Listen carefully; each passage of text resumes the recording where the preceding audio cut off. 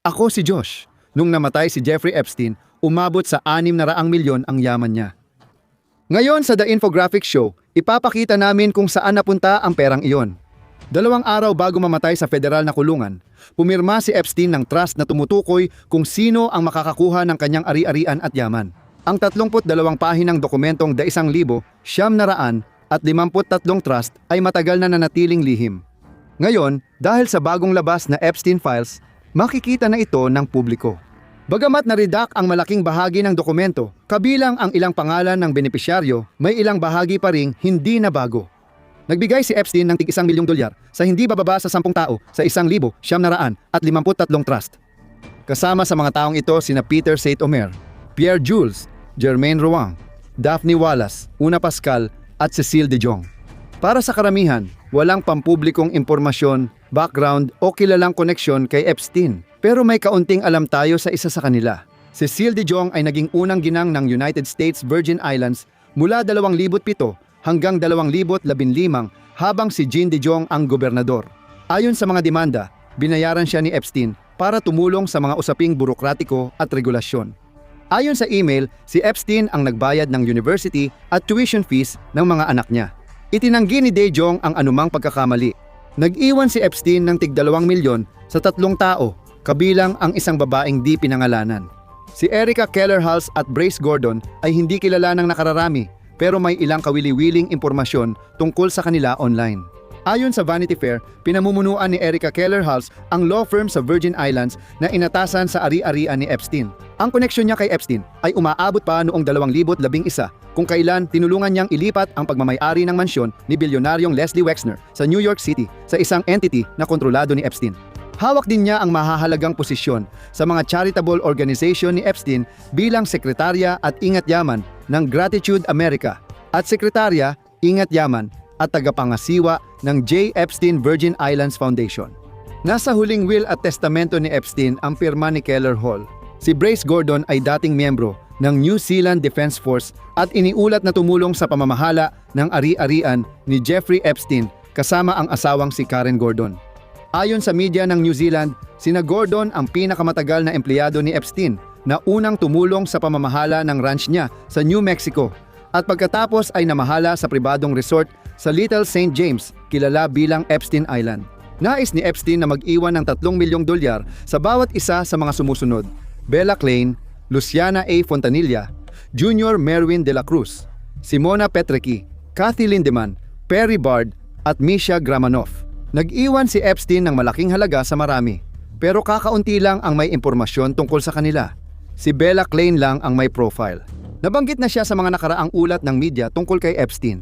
At ayon sa mga outlet tulad ng The Daily Beast at The New York Post, nagtrabaho siya bilang isa sa mga accountant niya sa New York. Ipinatawag si Klein noong 2020 at hiniling ng Attorney General na isumayti niya ang mga dokumento, record at resibo kaugnay sa mga bayad sa mga babaeng konektado kay Epstein. Tulad ng ibang tao sa mas mababang antas ng benepisyaryo, walang ebidensya o pahiwatig na alam ni Klein sa ilegal na gawain ni Epstein o sangkot siya rito.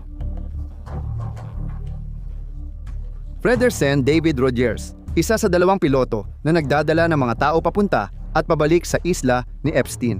Ipinapakita ng mga ulat na nagtrabaho si Rogers para kay Epstein sa loob ng ilang dekada, mula pa noong unang bahagi ng 1970 hanggang sa kanyang pagkamatay noong 2019 at nagpalipad ng iba't ibang eroplano na pag-aari ng trafficker. Nakatrabaho ni Rogers ang mga autoridad at naging mahalagang saksi sa investigasyon kay Epstein. Nagtago siya ng handwritten flight log na naglalaman ng mga biyahe at pasahero sa mga nakaraang taon na ginamit bilang ebidensya sa paglilitis kay Ghislaine Maxwell noong 2021.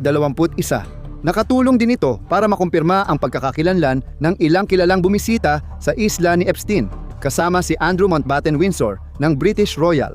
Kinumpirma ng isang ulat sa British tabloid na The Daily Mirror na ang dating prinsipe na nadungisan ang pangalan ay naging pasahero ng eroplano ni Rogers nang hindi bababa sa 10 beses. $5 milyong ang inilaan para sa mahahalagang tao sa buhay ni Epstein. Kasama rito sina Anne Rodriguez, Vladsen, Vahera Cotin, Emma at Edward Rod Larson, Martin Nowak at Caroline Lang. May isa pang natanggal na pangalan. Si Martin Nowak ang pinakakilala sa grupo. Propesor siya ng matematika at biyolohiya sa Harvard University na kilala sa evolutionary dynamics. Ipinanganak sa Austria. Nagkaroon din siya ng mga posisyon bilang guro sa iba pang mga institusyon tulad ng Oxford University sa United Kingdom at Princeton sa United States. Ayon sa mga ulat, nagkaroon siya ng malapit na personal at pinansyal na relasyon kay Epstein sa loob ng ilang taon. Noong 2011, pinasalamatan ni Nowak si Epstein sa paunang salita ng kanyang aklat na Evolutionary Dynamics, Exploring the Equations of Life. Nagpapasalamat ako kay Jeffrey Epstein para sa maraming ideya at sa pagpapahintulot sa akin na makibahagi sa kanyang masidhing paghahanap ng kaalaman sa lahat ng anyo nito. Naimbestigahan si Nowak noong 2021 nang lumabas ang ugnayan niya kay Epstein. Tinanggal na ang mga parusa at bahagi pa rin siya ng faculty ng Harvard. Madalas din lumabas ang pangalan niya sa bagong Epstein files, pati sa email exchanges nila ni Epstein at Ghislaine Maxwell. Hindi inakusahan si Nowak ng anumang krimen at wala rin siyang kinakaharap na kaso o paratang ng maling gawain. Si Vladstein Vera Cotrin ay Pranses-Brasileño na naging butler, driver at kusinero ni Epstein at nag-manage ng 8 kwartong apartment niya sa Paris. Si Caroline Lang ay anak ni Jack Lang, dating ministro ng kultura ng Pransya. Isa siyang film producer at nakilala niya si Epstein kay Woody Allen noong 2012. Sina Emma at Edward Rod Larson ay pinaniniwala ang mga anak ng dating diplomat na si Tergea Rod Larsen at diplomat na si Mona Jur. Tinawag ni Tergea Rod Larson si Epstein na matalik niyang kaibigan. Nagbitiw siya bilang presidente ng International Peace Institute noong 2020 matapos lumabas ang balita sa kanilang ugnayan. Samantala, sinuspindi muna si Mona Jul habang iniimbestigahan ng mga opisyal ng Norway ang mas malalim niyang koneksyon kay Epstein. 7 tao ang tatanggap ng tig 10 milyon mula sa trust ni Epstein. 4 sa kanila ay di pa rin kilala dahil tinanggal ang pangalan, habang 3 ang isinapubliko, sina Lawrence Paul Wysowski Jr., Ghislaine Maxwell at Mark Epstein. Si Wysowski ang ikalawang pangunahing pribadong piloto ng jet ni Epstein ayon sa mga ulat at dokumento ng korte. Naging piloto siya ni Epstein sa loob ng dekada, lumilipad ng helicopter, Gulfstream jet at ang Boeing 727 na tinawag na Lolita Express. Katulad ni Rogers, mahalaga si Wysowski sa mga investigador. Tinutulungan silang subaybayan ang kilos ni Epstein at alamin ang mga bumibisita sa kanyang isla. Si Wysowski ang unang saksi sa witness stand noong 2021 na paglilitis kay Ghislaine Maxwell. Inamin niyang nagpalipad siya ng ilang kilalang personalidad sa eroplano ni Epstein sa mga taon, kabilang sina dating Pangulo ng United States Bill Clinton, Andrew Mountbatten, Windsor, at mga aktor tulad nina Kevin Spacey at Chris Tucker. Sabi ni Wysowski, laging sarado ang pinto ng cockpit tuwing biyahe, pero minsan may mga batang babaeng pasahero siyang nakikitang sumasakay. Walang nasaksihang ilegal na aktibidad sa eroplano. Kilala si Ghislaine Maxwell na malapit kay Epstein at kinikilalang kanang kamay niya. Ayon sa ulat, nakilala ng British na sosyalitang si Ghislaine Maxwell si Epstein noong unang bahagi ng 1970 at nagkaroon sila ng romantikong relasyon. Kalaunan, naging isa siya sa pinakamalapit na kaalyado at kasama ni Epstein hanggang sa kanyang pagkamatay. Inilarawan siya ng mga empleyado at kasamahan ni Epstein bilang tagapamahala ng bahay at katuwang ni Epstein sa pamamahala ng ari-arian, tauhan at gawain. Pinaniniwalaang siya ang pangunahing tagapamagitan sa pagre-recruit at paghahanda ng mga biktima ni Epstein. Ginamit niya ang koneksyon bilang sosyalita sa mga kilalang personalidad at elite para suportahan at palawakin ang ilegal na imperyo ni Epstein. Matagal na raw siyang kaibigan ni Andrew Mountbatten, Windsor, Bill Clinton at Donald Trump. Naaresto si Maxwell noong 2020, kinasuhan ng sex trafficking at sabwatan, at nahatulan noong 2021. Hinatulan siya ng 20 taon at nakakulong pa rin hanggang unang bahagi ng 2026. Si Mark Epstein lang ang kapatid ni Jeffrey Epstein, isang property developer sa New York City. Ipinanganak si Mark noong 1954 taon matapos ang kanyang kapatid. Nagsimula siyang artist bago pumasok sa real estate investment at naging presidente ng J. Epstein Company. Nagmamay-ari at nagpapatakbo rin siya ng iba't ibang kumpanya sa kanyang karera. Na-interview at naimbestigahan siya sa paglipas ng mga taon dahil sa malapit niyang ugnayan bilang pamilya kay Jeffrey Epstein. Walang matibay na ebidensya na magpapatunay na may kinalaman si Mark sa krimen ng kanyang kapatid.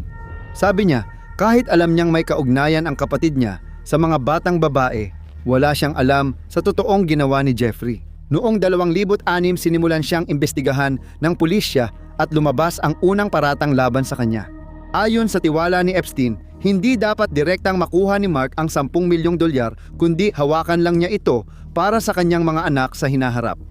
3 tao pa ang pinangalanan sa tiwala ni Epstein noong 1953 at sila ang tumanggap ng pinakamalaking halaga. Una, si Richard Kahn na binigyan ng 25 milyong dolyar. Si Kahn ang accountant ni Epstein ng mahigit 1 dekada na mahala sa mga libro at pinansyal na usapin ng sex trafficker at malapit na nakatrabaho si Darren Indyk, ang abogado. Isang tao na malalaman pa natin ng mas marami tungkol sa kanya sa lalong madaling panahon. Si Kahn ay presidente ng non-profit ni Epstein na Gratitude America at co-executor ng kanyang estado sa 2019 huling habilin at testamento. Siya ay napailalim sa pagsusuri at investigasyon, ngunit wala pang kasong kriminal na isinampa laban sa kanya.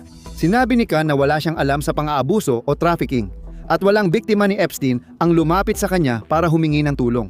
Ipinangako ni Epstein ang dolyar, 50 milyon sa dati niyang abogado na si Darren Indyk ayon sa mga ulat. Nakilala ni Indyk si Epstein dekada na ang nakalipas habang nagtatrabaho siya sa isang maliit na law firm sa New York na humahawak sa real estate transaksyon ni Epstein. Matapos ang ilang taon bilang abogado, si Epstein na lang ang tanging kliyente ni Indyk.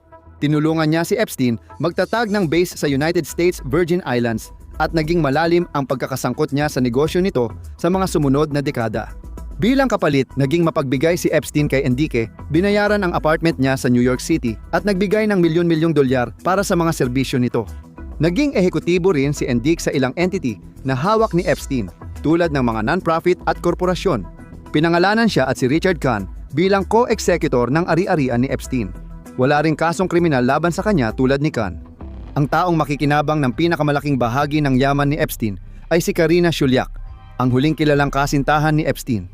Sa kanyang trust, iniwan ni Epstein si Shulyak 50 milyong dolyar at karagdagang 50 milyon bilang annuity habang siya ay nabubuhay. Ipinangako rin niya sa kanya ang mga ari-arian, isang 33 karat na diamanteng singsing at koleksyon ng maluluwag na diamante.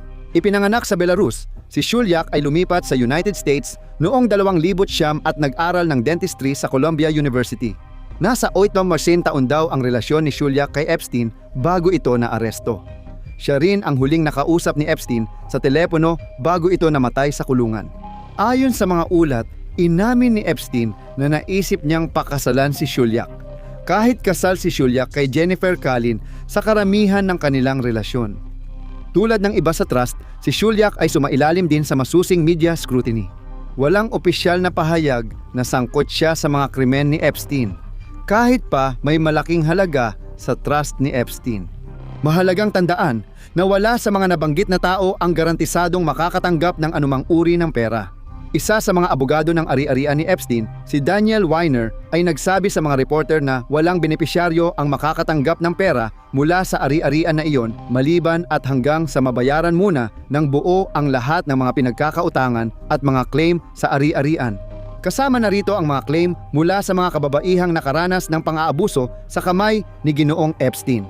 Kahit na umabot sa napakalaking 600 milyong dolyar ang halaga ni Epstein noong siya ay namatay, malaki na ang ibinaba ng numerong iyon mula noon dahil sa buwis, mga bayarin sa abogado at mga bayad sa mga biktima, kabilang na ang isang napakalaking 200 at 70 milyong dolyar na kasunduan para sa ilang mga nakaligtas na na-finalize noong 2023.